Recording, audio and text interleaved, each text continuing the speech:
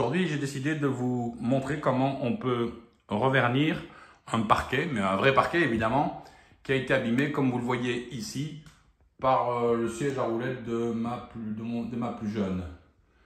Vous voyez, elle a normalement son bureau à cet endroit-là, et son siège à roulettes tourne en permanence ici dans cette zone-là. Et là, elle m'a bien abîmé le parquet, et là, je ne peux pas le laisser comme ça, d'autant plus que là, elle a atteint quasiment le bois brut, donc si je ne m'y prends pas maintenant, on risque d'avoir des problèmes plus tard. Alors évidemment, il faut que vous ayez au sol un vrai parquet. En fait, quand je vous dis un vrai parquet comme le mien, c'est pas tout à fait un vrai en fait. Vous avez ce qu'on appelle le vrai parquet massif, où c'est tout du chêne, si vous avez choisi du chêne, du jatoba, il est tout en jatoba, tout dans toute l'épaisseur. Ou alors comme le mien, c'est un contreplaqué. En réalité, vous avez une première partie, une première épaisseur qui est en chêne, celle qu'on va voir, et puis qui est collée sur une partie moins noble, et qui va permettre de faire descendre un peu le prix, que ce soit un peu moins cher, mais tout en ayant l'aspect et l'utilité en réalité d'un vrai parquet. Vous avez le même bruit, on peut le poncer, vous allez voir, et le revernir. Ce que l'on ne peut pas faire avec les stratifiés, vous savez, ces faux parquets, qui eux, en réalité, ne sont que des photocopies. La première opération va consister à enlever bien sûr la porte et à délimiter, on va dire, le parquet que vous allez reprendre. Évidemment, je vais reponcer et revenir ce parquet de cette chambre, mais je ne vais pas refaire tout le couloir, je ne vais pas refaire la chambre qui est à côté. Et pour ce faire, on va scotcher pour délimiter parfaitement la zone que l'on veut travailler.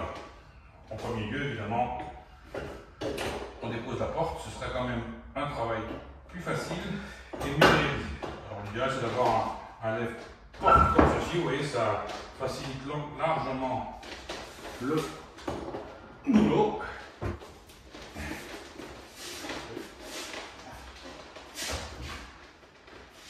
Donc, ce qu'on va faire, on va délimiter la pièce avec une bande de scotch, tout simplement. On va essayer de tirer évidemment au plus droit.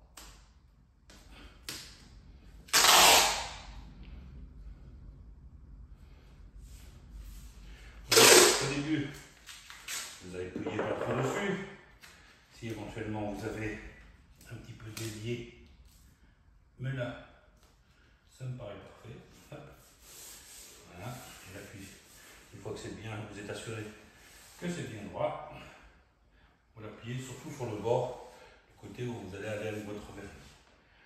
Comme on va passer 3 couches de vernis, de vitrificateur en l'occurrence, mais avant ça, on va d'abord donner un coup de ponçage sur l'ensemble. Bon, de ce côté-ci, on a une porte coulissante. On doit délimiter les 2 chambres. On ne va pas aller faire cette chambre-là, elle est occupée. Donc là, par contre, c'est plus facile puisqu'on est dans le sens du parquet. Donc on va délimiter notre découpe, notre scotchage par rapport à une lame. C'est le plus facile. Il suffit, voilà, de bien suivre la lame.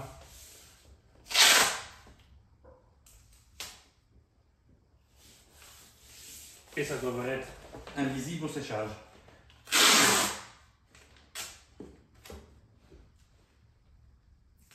Maintenant, on va commencer la phase ponçage. Voilà, pour le ponçage, nous allons utiliser le même engin que pour poncer les murs et les plafonds. En l'occurrence, une ponceuse girafe. Et parce qu'on ne cherche pas à revenir au bois nu, hein, donc on essaye de rayer la surface. Alors, pour le premier disque, et c'est du 120, c'est un peu gros, je l'avoue, mais c'est juste pour poncer cette zone-ci où, avec les roulettes, il y a une surépaisseur il y a des surépaisseurs de vernis ou je ne sais pas quoi, peut-être de plastique des roulettes qui s'est installé. Donc il faut que je donne un petit coup de ponçage un poil plus violent au début, mais sans trop insister.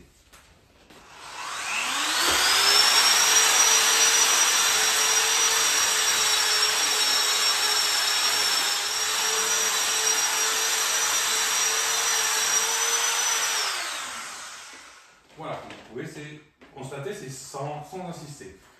J'enlève le papier de 120 et je vais y mettre un papier grain 200. Vous voyez que si j'avais voulu insister un petit peu, un peu appuyé ou un peu plus longtemps, j'arrivais au bois à nu. Voilà, là c'est du 220 de grain et là on fait toute la surface.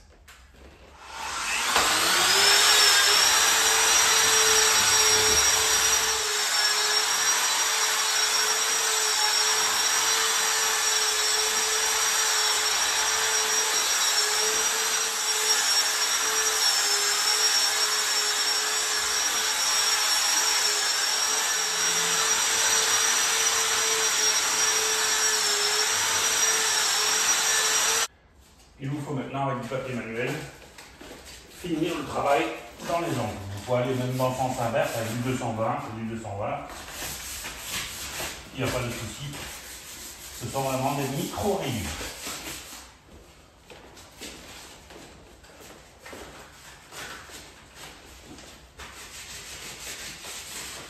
Une fois que le ponçage est terminé, il faut passer un gros coup d'aspirateur avec soin et dans tous les angles, de façon à ce qu'il ne reste plus du tout de poussière.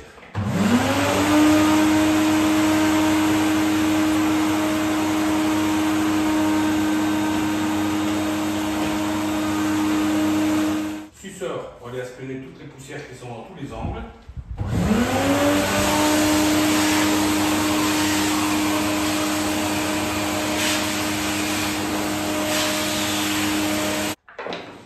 Voilà, pour revitrifier mon parquet, je vais utiliser un vitrificateur hydrodiluable, c'est-à-dire l'hydrodiluable qui se dilue à l'eau. C'est un monocomposant, donc vous n'avez pas de mélange à faire. Il est d'une très grande solidité. Ça fait 20 ans que j'utilise, donc j'en connais bien les résultats. Il est transparent, j'ai pris un satiné pour pas que ce soit trop brillant. Et le mat, ça protège quand même un peu moins bien que le satiné. Donc voilà, ça s'appelle le Solwood classique. Vous ne le trouverez pas malheureusement dans les supermarchés. Mais vous pouvez toujours aller voir chez un de mes fournisseurs préférés, la seigneurie. Donc évidemment, avant d'ouvrir un bidon qui est stocké depuis certainement pas mal de temps, il faut toujours bien le mélanger. Donc on va faire pendant quelques dizaines de secondes. On mélange bien pour que toutes les principes actifs qui sont au fond se mélangent bien un peu trop vite. Voilà, une fois que vous avez fait ça, vous prenez un récipient dans lequel peut passer un rouleau à poil, on va dire mi-long, je dirais oui, mi-long, de façon à ce qu'il passe dedans, parce que là-dedans évidemment ça ne passerait pas. Un pinceau un peu gros en pointe, toujours en pointe, de façon à faire dans les angles, puisque là on va faire son champi tout le tour. Et une perche à peindre pour faciliter le travail, c'est-à-dire au lieu d'être à 4 pattes et de rouler à 4 pattes, le rechampi on le fera toujours à 4 pattes, mais pour rouler on le fera avec la perche, vous allez voir, ça va beaucoup plus vite. En attendant, ce qu'on va faire, on ouvre le pot. On commence évidemment par faire tout ce qui est rechampi. Hop, on se rend toujours la pointe du pinceau et vous voyez là, le scotch que j'ai mis pour délimiter. On commence. Pour bien faire, on essaie de faire la première lame avec le pinceau, un peu large. Vous pouvez, si vous avez des plaintes en chaîne, ou si les passer, je vais les passer moi aussi, même qu'elles ne sont pas en chaîne, je vais quand même les passer avec le vernis.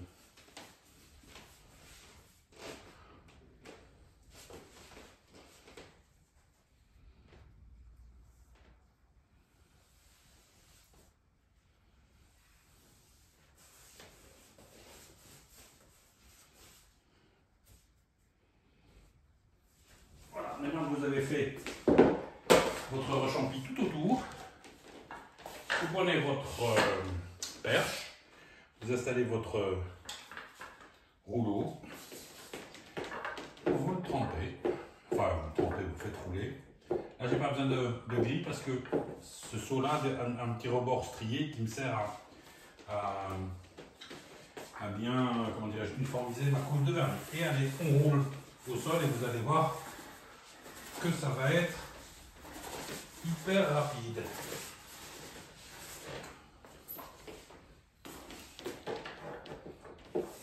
Et je repasse une seconde fois quand mon rouleau a un peu moins de vernis dessus. Hop, et je lisse et j'étale sans forcer, sans appuyer.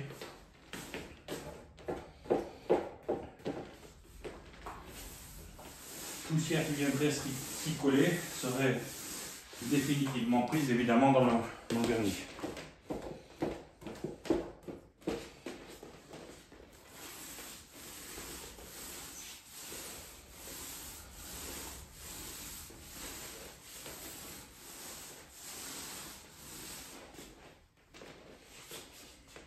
Voilà, on va passer à la deuxième couche de vernis, mais avant ça, évidemment, il faut malheureusement reponcer à nouveau. Sinon, vous n'avez pas d'adhérence. utilise un papier un tout petit peu plus épais, du 180. Et il faut poncer bien partout.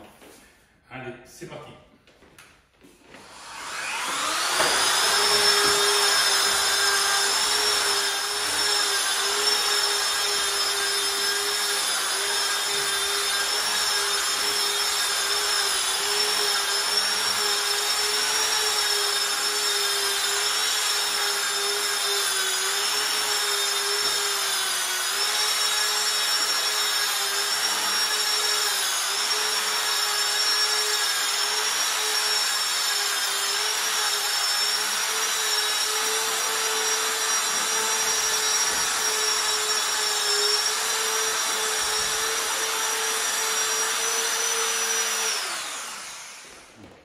Ça. Et évidemment, une fois que vous avez fini de poncer, un bon coup d'aspirateur, il ne faut plus qu'il reste aucune poussière.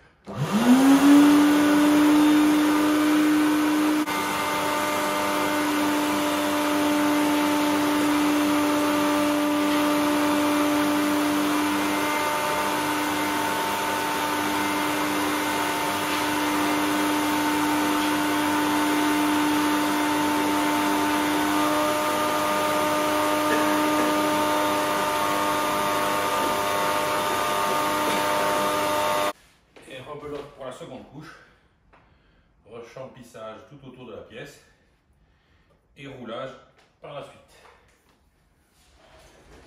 Et évidemment, après le rechamplissage, la deuxième couche au rouleau.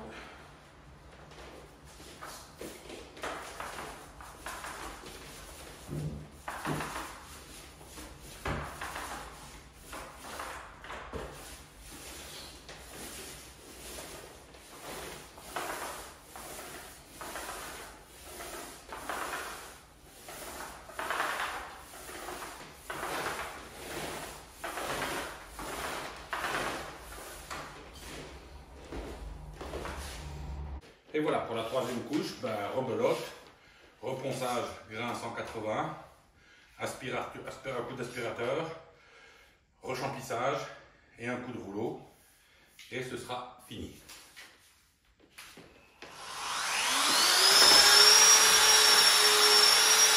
Voilà, je voulais vous montrer comme d'un peu plus près ce que ça donnait une fois poncé. Vous voyez, toute la surface est blanchie. La ponceuse est passée absolument partout. Et il faut systématiquement faire ça à chaque fois que vous passez, avant de passer une couche de vernis. Voilà, la troisième couche vient d'être passée. Je vous montre tout de même le produit en question, qu'il n'y ait pas d'erreur. Et maintenant, on va décoller les scotch. Il faut toujours les décoller avant que le parfait séchage, sinon on peut avoir des emmerdes.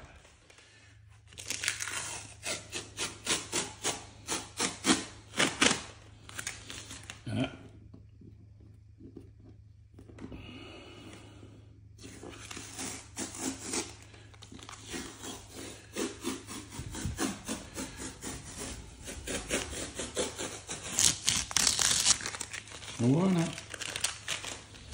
Avec la coupure nette, précise, sans bavure. Alors toujours pareil, vous le défaites en donnant des petits à-coups. Voilà le résultat une fois terminé.